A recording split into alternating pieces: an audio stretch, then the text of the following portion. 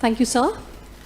I would now like to welcome Mr. Abhijit Roy, Senior Vice President of the Bengal Chamber of Commerce and Industry and Managing Director and CEO, Berger Paints India Limited, to deliver the opening keynote address.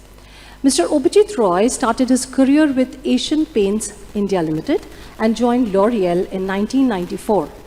He joined Berger Paints in 1996 and took over as the Managing Director and CEO of Berger Paints India Limited in 2012.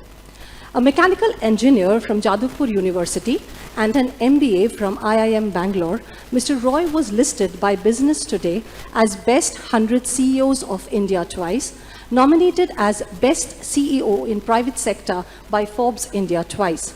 He received Most Enterprising CEO Award from Times Business Awards, Business Leader of the Year Award by Sanmarg Group, and Distinguished Alumni Award by IIM Bangalore. Welcome, sir.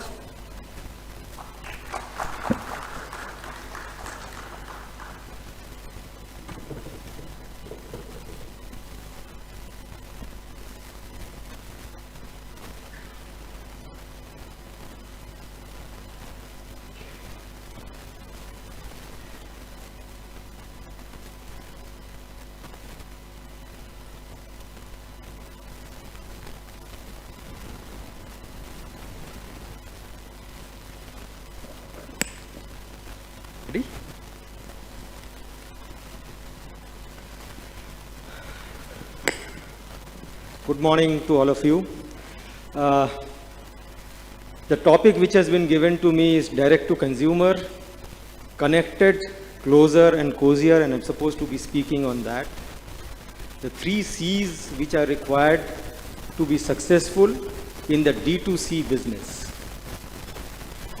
These 3 C's are very similar in real life as well.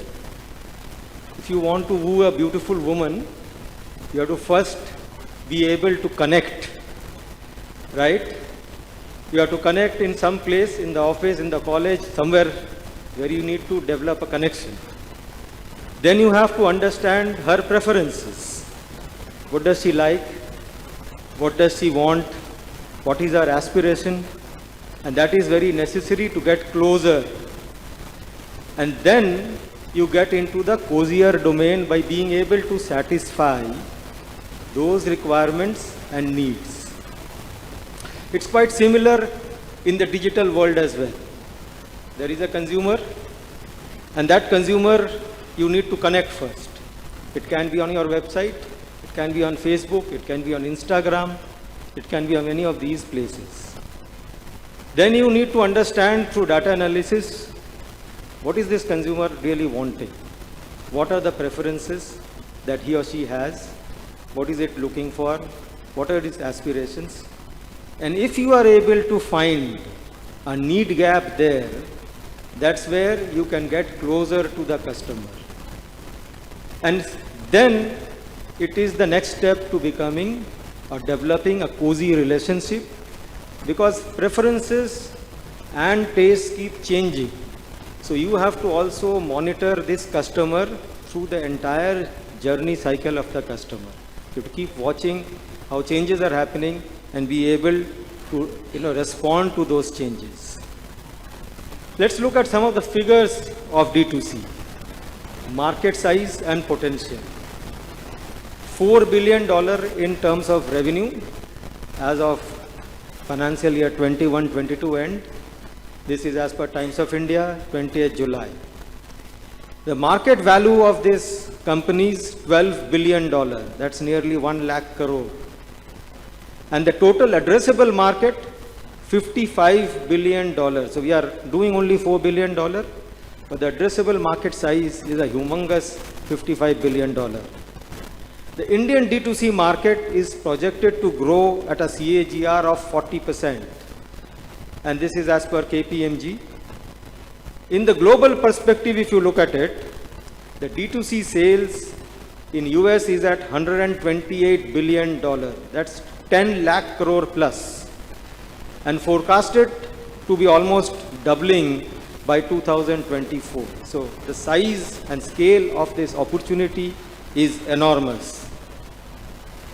Which are the D2C brands which we have? We have a large number of this already in India, 800 plus actually.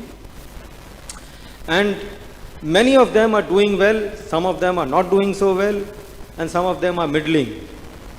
80 million plus were the online shoppers in 2020. That's likely to go up to 200 million plus. That's a huge customer base who's doing online shopping. 376 million active social media users, of which 52% are millennials. 500 million is what the number will be very soon in 2025. 100 plus funded D2C brands, and the addressable market size can go up to $100 billion in 2025. So again, the opportunity is there. There are a lot of things happening in the Indian market which actually encourages people to go into the internet, buy, and therefore the opportunity keeps on increasing. What are the things which are happening in the Indian market which has actually helped the D2C brands to grow? First is internet connectivity. India has one of the largest and fastest growing internet user base globally, with over 624 million internet users as of 2021. With Jio bringing down the prices, making it very, very easy for people to access the internet, this has really boosted the growth and helped a large number of consumers to come in and start using the internet. The second is mobile connectivity. The affordability of smartphones and competitive data plans contributed to a surge in smartphone adoption. The digital payment infrastructure, all of us know UPI, Google Pay, Paytm, which we keep using. So payment has become very easy. Today, UPI transactions in India is higher than next 4 countries put together, which means includes USA, China, etc. So that's the number of transactions happening through the UPI route, and payment has become so much easier to make online. Digital KYC. This enables you to immediately understand the customer, his address is easily obtained, and you are able to understand whether he is a fraud or is genuine, and lots of information which is available to you which was not there earlier. It can be used as a primary key to then track a customer very easily. Data centers and cloud services. The growth of data centers and cloud infrastructure has supported digital business. So you don't have to invest in huge servers and a lot of capital investment right at the beginning. You can use the cloud services and start off business. So the relative ease of entry is there. And delivery network. Of course, the last mile delivery is very important. Logistics and last mile delivery networks have become big here, and those are the ones which are now carrying goods from one place to another, right? So all of this has helped or combined to make the India's digital infrastructure very strong, and that is what is boosting the D2C growth. Now, if you look at the key market trends and learnings, there is a plethora of D2C brands which have come up, primarily in the fashion, beauty, health, consumer electronics, and of course the grocery delivery and food delivery services. Here, in many of these cases, you need a very agile supply chain. That's something which is required because you are personalizing a lot of the supply side, right? So therefore, if there is a demand which is varying from person to person and you're trying to cater to that, you need to be able to respond on the supply side as well. So it's very important to have a very agile supply chain. The second is personalization. 80% of more consumers are likely to prefer personalized experience. That's the difference between a mass segment, which used to be the earlier case, where you cater to the lowest common denominator. You made a product, you sold it via the distributor, retailer onto the customer. You can't have personalized supplies made in that case. So in order to avoid that and give personalized service, here D2C comes into play, and for that you need to have very strong data analytics and AI tools. Social commerce. The rise of shoppable posts and influencer marketing on social media. So you will find a lot of the influencers writing on Instagram, writing on Facebook. They have millions of followers. Many of them actually start buying from there itself, right? So the rise of the influencers is becoming increasingly important. Mobile commerce, over 70% of e-commerce traffic is coming from mobile devices. Therefore, mobile first strategy becomes very, very important. A responsive web. I've seen many sites which opens very well on the laptop, but on the mobile you get truncated versions of it, which is why, because they're thinking first to get it on the laptop and then thinking how to adapt it to the mobile. It should be reversed. Expansion beyond metros. Expanding to T2 and T3 markets with support of improved logistics and delivery network. Earlier this was a problem, so now you see a surge in demand from the Tier 2 and Tier 3 cities, primarily because logistics is reaching. They are a little bit deprived in terms of the choices that are available there, and so they latch on to these D2C brands very actively. Investments and funding. Anup was mentioning that D2C startups attracted a lot of VC and PE funding, and which has encouraged a large number of these players to come in because they get a long rope, not to hang themselves but to hopefully survive, right? So they have a longer period to grow, and profitability of course is now getting very important because there was an excess in the system, a lot of money sloshing around which is getting now curbed. So people have to become profitable now, right? There is no, just growing for the heck of growth and making more and more losses. It is now profitable growth which is the focus. Cyber security and data privacy. With increased online transactions, cyber security obviously plays a very, very critical role. And a new law which is coming into play, it's just been postponed by a few months, Digital Personal Data Protection Bill can play havoc here if we are not careful, because the company will be made liable for data leakages. So you need to be very careful on the cyber security side. Omni-channel retail. Buy online, pick up in store, and curbside pickup is gaining popularity. So you will find a lot of the earlier D2C version players who are only started off as a D2C player completely, had no physical retail presence, gradually developing physical retail also, because for a brand to be felt, to be actually, consumers would like to touch and feel certain brands, certain products, right? And then only on the D2C, you cannot do that at times, even though AR, VR technology has developed and you are able to create, some amount of sensory feeling as well, but it is not the same as the touch and feel of the real product. So many people, those who want to make the customer fall in love with the brand, are also setting up experience centers on the ground. So these are some of the key market trends and learnings. Why are brands moving towards D2C? Number one, control over the customer experience. Today, most brands have lesser control on the customer experience on the ground.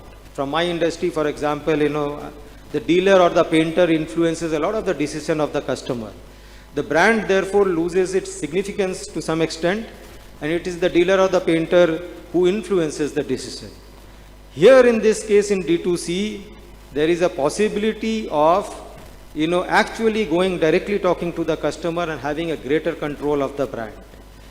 Better data and insights. When you are directly talking to the customer, you get much more valuable data from him or her. You know what is the preferences, what are they looking for. You can get new product ideas. You can adapt your product to some needs which is evolving much faster than if you were going via channels. Increased profitability by cutting out intermediaries. You don't have a distributor, you don't have a retailer, you are going directly. So all the commissions that you pay to the intermediaries are saved. You can spend it on marketing, you can spend it on developing a product, on actually giving a better consumer experience to the customer. It also results in an enhancement in profitability. Scalability and faster time to market. you can rapidly scale up, because once the product is successful, in earlier days you had to have, retailers, distributors, warehouses. You have to build up all of those structures, the sales team itself, train them, make them to sell into the distributors and the retailers. All of that can be avoided, and you can immediately, if there is a successful product, you can start, because you are going direct to the customer, so the scalability becomes much, much faster and time to market gets reduced. Lower barriers to entry. The rise of e-commerce platforms and digital marketing tools has made it easier for small companies to launch D2C business. This has led to increased competition and innovation in many industries. All of these points, it has its advantages, it has its disadvantages. Since the entry point is very easy, a lot of players are coming in, there is intensification of competition, profitability becomes a problem. Commoditization of the products becomes an issue. How do we resolve such problems? The cost of acquisition goes up.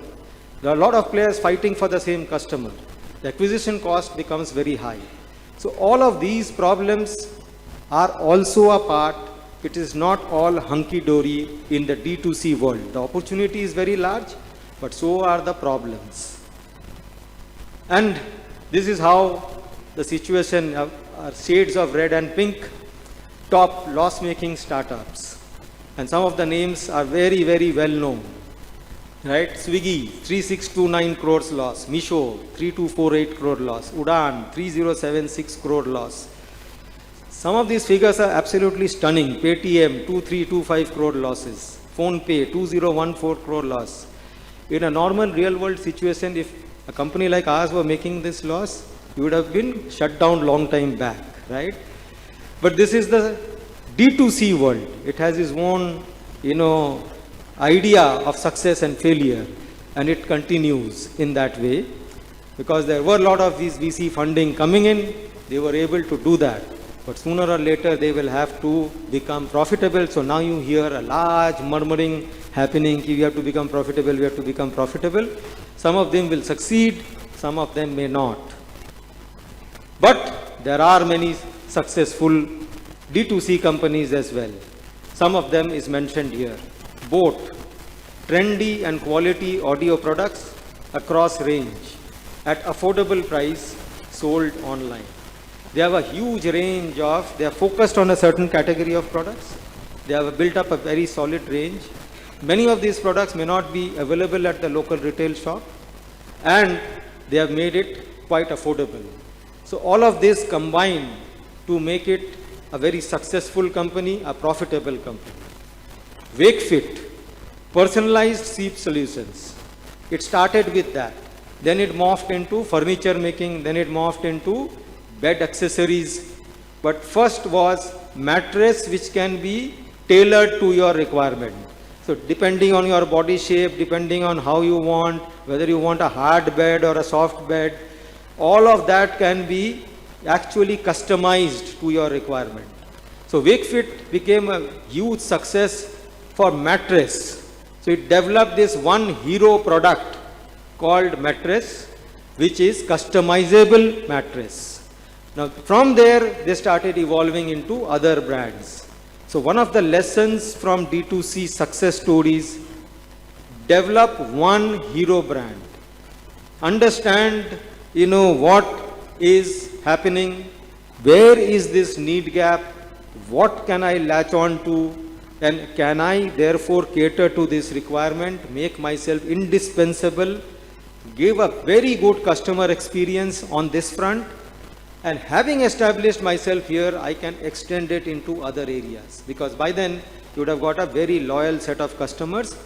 Cost of acquisition will be much lower than other players in the market. Nykaa is the other one which has done it successfully. It started off as a marketplace, with all beauty products, and now they have started introducing their own brands as well. Bombay Shaving Company, which is a quality grooming for men, again a successful product. There were many areas in the male grooming segment which were open for tapping, and which is what they have done. Zivame, lingerie solution, it addresses privacy concerns of women. It also is another very, very successful brand doing extremely well. From all of this, you see certain traits which are there. As I mentioned, there are failures and there are successes. And when you look at the successes, you realize there are certain problems which are associated with the D2C brand. The problems, as I mentioned, is the intensification of competition, commodification of the offerings that you have, and the stickiness of the customer which is missing, because these are very savvy customers. They tend to flip from one brand to another brand. So the brand loyalty is another issue. How do we address these three problems? How do we ensure that we are successful in the D2C domain? And that's something which I thought was an interesting concept, that this hero product development, understanding the need gap, giving a product, making that very, very successful, expanding on that is a solution possibly which one can look at. Now coming to the paint industry and D2C challenges of the paint industry. I am from Berger, and what is it that we are facing? Worldwide paint as a category has not really exploded in the D2C domain. The reasons are many, but the key reasons are that it is not directly consumed. Paint, unfortunately, it's not like a customer sits at home and orders for it and it gets delivered at his house, because he doesn't even know what is to be ordered, because he needs the help of an applicator to apply it on the wall. Especially in India, this is a bigger problem. In US and Europe, there is still a significant DIY segment. In India, the DIY segment has never been there, is probably not going to be there in the future. I jokingly say, which are the games in which India excel? Even in the recent Asian Games, we have done very well. For a change, we have done in some of the races we have won, but normally where do we win? Billiards, snooker, chess, shooting. Why shooting? Because you don't have to move an inch, right? That's something which we excel in. We are very good in thinking. So chess we do very well. IT industry we do very well, but in manufacturing we are a big zero, because you have to work hard there, right? So we have a culture which is less hardworking, more thinking variety, right? So you see that everywhere. In fact, we launched a product, some time back, which was, sort of a package which we created. So in the room, in the ceiling, if you apply that, paint, it will start in the night glowing. So you have beautiful, star design, moon and etc. So for the kids' room, one could do that. And we thought, that as a hobby, a lot of people may want to do their kids' ceiling, and so we packaged it in a nice packet. We gave the paint, we gave a brush, we gave a stencil, and we asked that this price is about 450 or 500 rupees. So maybe this will be a good gifting idea, and some of the consumers will lap it up. Then we started getting phone calls from the consumers, ki painter bhejiye. So we said, this doesn't need a painter, you just take the stencil, put it up. Why do you need a painter for this? The painter will cost you 800 rupees. This damn thing costs 450 rupees. You are asking for a painter which costs 800 rupees. Doesn't matter. You don't worry about the money. I can't do this, and stand on that and then try to do the ceiling. You get one painter, he will do it for me. So this is the trend in the Indian market. Difficult for DIY to succeed. Most DIY players therefore have found it very difficult in the Indian market. Things are changing. The millennials are looking at it differently, but still the pace of change is slow. So this is one problem area, since the painter or the dealer influences the decision, and the customer, he or she doesn't know what is to be used, what is the wall condition, how many liters is required, though we can guide them to some extent, but they still rely on these people for expert advice, and that's why it's a difficult proposition to succeed immensely. The second is also, along with that, the cost of acquisition is also very high, because this customer is not a repeat customer. In D2C to succeed, you possibly need people who are frequently buying the same item. So repeat purchases are required. Otherwise, you spend a lot of money, you acquire this customer, 6 years down the line, he's again going to come. Whether he'll come to you or he'll come to someone, go to someone else, you don't know. So the cost of acquisition and the lifetime value that you get out of it is very, very high. The second is the tinted product. So in our case, the paint, the color changes. So it has to be tinted. You cannot do it because it's a bulky item. You cannot do it in a warehouse and ship it to the customer. So the best thing that can be done is to then you have to use the dealer network which you have on the ground. So you can combine, your D2C version with a supply being made from the dealer on the ground. The third, the last one is color fidelity. You want to choose a color. On the screen, it looks quite different from what is there actually. And different screens have different resolutions, different types of color reproduction. And you see a light pink color, you like it. Maybe when you see on the wall, it becomes darker, it becomes even lighter. So this is always a cause of dissatisfaction. So these are the reasons which pulled back or has not allowed the paint industry to really go very strong on the product side in D2C. But we adapted and we thought that we can do the same thing for services. D2C as a service can be run. Right, so we introduced express painting service. In 2015, we were India's first paint company to innovate and launch the first of its kind D2C painting service. So when we saw the painting, how it was happening, the painters will go into the room, he'll take a sandpaper, he'll rub it, all dust will fly all around. And then, it will be a mess. So we started with an automatic machine which could sand and also suck the dust. There was nothing falling. It was much faster, much cleaner and much better. The slogan we started with is express painting, faster, cleaner, better. And this was focused on the interior of the houses initially. And then we have started expanding it to the exteriors, to wood coatings, to even waterproofing range. Berger XP have now reached out to 250,000 homes across 500 towns, and we have also received 95% satisfaction rate from customers. This is already a 500 crore business. If it was just introduced as an IPO in the market, it would have done wonderfully well on its own. We have about a 65,000 to 70,000 market cap in India, but this by itself, going by the valuations which are given to D2C brands, would have had a strong value. E-Sambandh, our D2B2C model, is another one which we interestingly evolved over a period of time. We realized that the customer comes every 5 years, but the painter or contractor is buying on almost a daily basis. So going after the e-commerce with this customer or contractor might make more sense. So we created an app where the customer, this painter or contractor can order and the material can get delivered to the site. These are hyper-local. Order mapping is done. Pricing changes from time to town. So it's all managed through a cloud-hosted application. On-site delivery, transparent pricing and convenience are three major reasons why contractors, designers and engineers are preferring E-Sambandh. Some emerging trends in the D2C landscape: virtual try-ons, augmented reality and virtual reality is revolutionizing online shopping by enabling customers to virtually try products. We have also launched a Berger My Color app, and if you download it, you can play around, you can paint the house, room. It will suggest based on your sofa color and curtain color what colors should be chosen. The moment you choose one wall color, it will give you complementary colors. So it's AI driven, lot of information which is available and consumers would love it.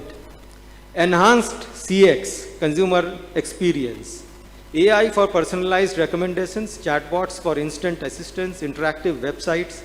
So we have a website which will change as per your record. For example, if you are in Calcutta, when you go onto the website, you will see Victoria Memorial or some structure of Calcutta being put in there, the St. Paul's Cathedral which we have painted. Some buildings of that type will come. If you are operating out of Delhi, it will change to a Delhi structure. So it's basically, also it allows you a lot of interaction on the website through chatbots, etc. Sustainability efforts, eco-friendly products, eco-packaging, sustainable sourcing will play a crucial role, and Berger's reduced carbon footprint is a measure in that direction. To conclude, I started with 3 C's. 3 C's which are required, to woo a beautiful woman or to woo a customer. And then I end with 3 P's, right? What do we do? How do we get into those 3 C's? The answer is in these 3 P's. Problem solving. You need to understand the issues, the need gaps, and be able, there are lots of brands which just keep copying, someone is doing something, I also start doing the same thing, right? It doesn't solve, but it doesn't add to any value at all. Surefire failures are likely to be there, and it's going to crash, right? So you need to have and identify need gaps, understand the customer properly, just like you need to understand the woman that you are trying to woo, right? So that's how it is. The second part is positive CX, right? You need to not only understand, but be able to meet the requirements and keep changing, because the tastes and preferences keep changing over a period of time. Are you adapting to those changes? This is where data becomes very important. You need to understand that. You need to do a lot of analysis around it. Give excellent experience to the customer. At the end of the day, if he or she is satisfied with the experience that he gets, then only he will repeat, he will probably tell all his friends and relatives, and that is how your brand will grow. And third is profitability. Now, you can have, you can understand the need gaps, maybe you fulfill some of those needs, but at the end of the day, if you are a broke person, you are unlikely, only in Hindi movies you get to see that the woman still marries this man, but otherwise it will result in a disaster, right? So the same thing in this case as well. If it is not profitable, it will go broke, it will fall flat on its face, and it will all stop. So how do we ensure that profitability is there?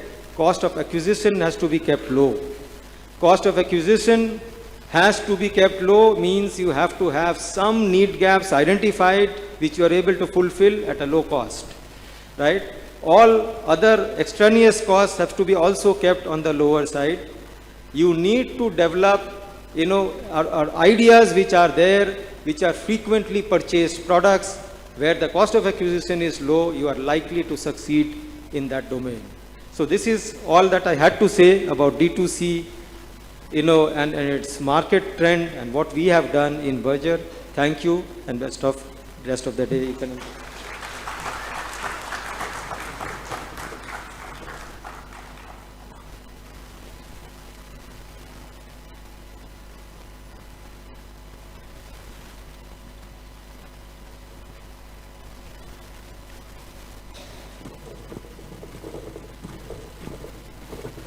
We can take 3 questions from the audience. In case there are questions, kindly put up your hands. We'll send the mic across. Okay, so there's a question from the audience.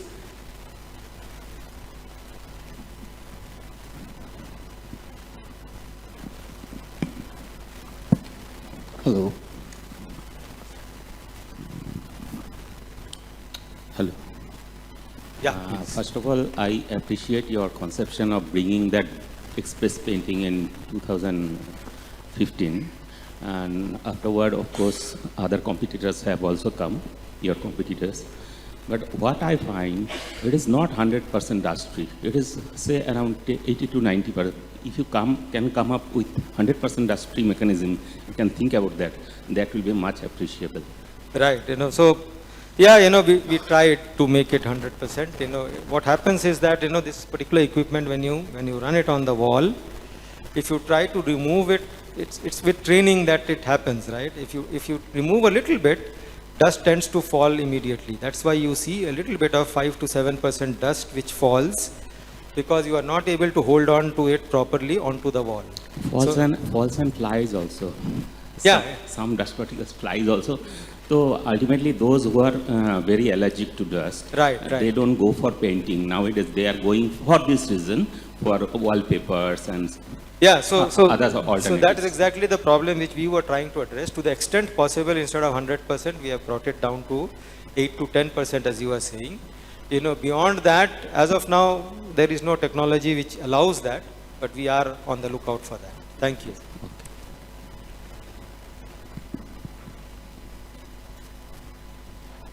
Anyone else? Yeah, sure. Yeah, sure.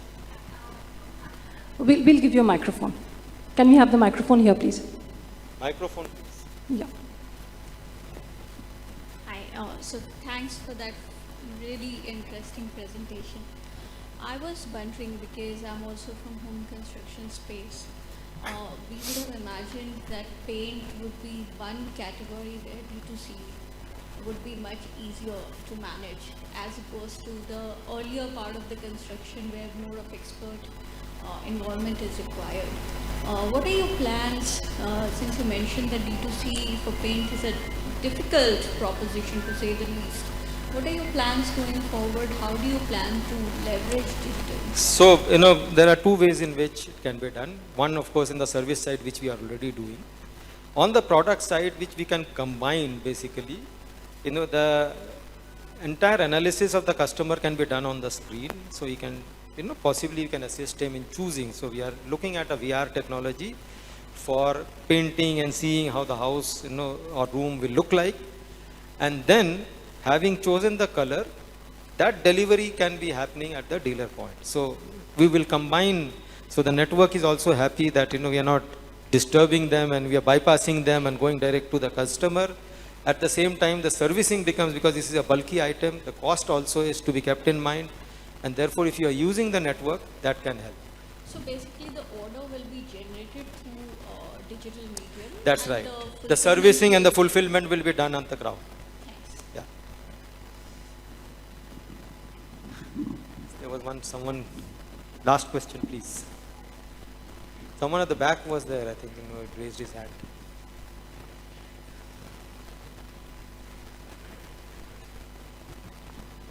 So you suggested that you use a connected network, wherein D2C is where you introduce the customer and your dealer is somebody who fulfills the demand of the customer.